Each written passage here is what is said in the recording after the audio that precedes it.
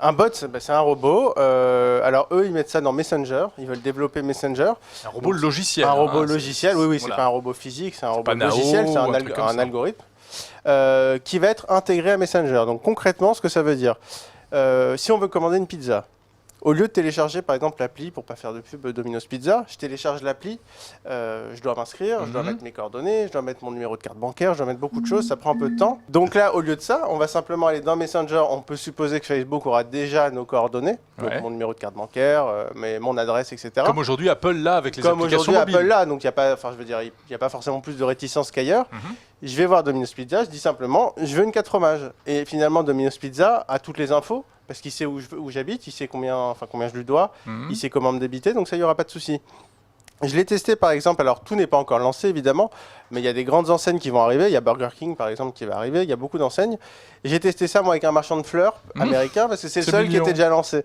Alors donc effectivement je suis arrivé, il m'a dit qu'est-ce que vous voulez comme fleurs, évidemment je mets mon adresse, c'est des informations qu'on remplit une fois après qu'on n'aura plus besoin de remplir.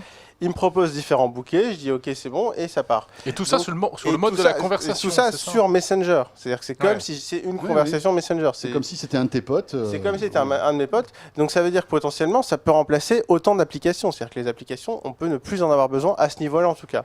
Donc pour ce qui est du service, c'est vachement prometteur. Honnêtement, c'était très efficace.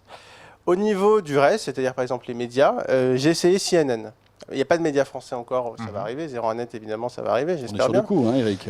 Vous qui êtes le Eric grand boss. Il a presque fini l'algo, là, il termine l'algo.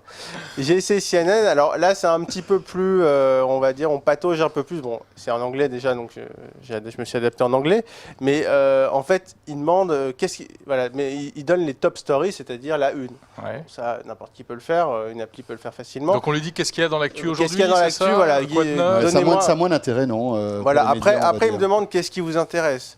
Et ils disent taper les mots, en gros ils demandent une recherche par mots-clés. Ce que Google fait depuis à peu près 20 ans. 2000 ans. Voilà, donc là-dessus c'est pas nouveau. Après par contre effectivement l'enjeu c'est d'apprendre, d'apprendre et de savoir avec le temps ce qu'on apprécie.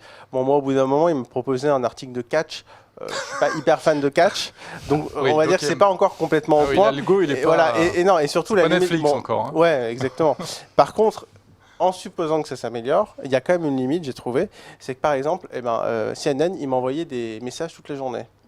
Ah ouais, et donc finalement, je me retrouve. Ah oui, tu étais presque spammé de messages. Et c'est le problème. C'est-à-dire qu'on se dit, bon, ça arrive au niveau des messages de mes amis et c'est un peu plus embêtant. C'est pas un push où on se dit on peut restreindre les pushs. Là, c'est CNN qui arrive et qui m'envoie des messages.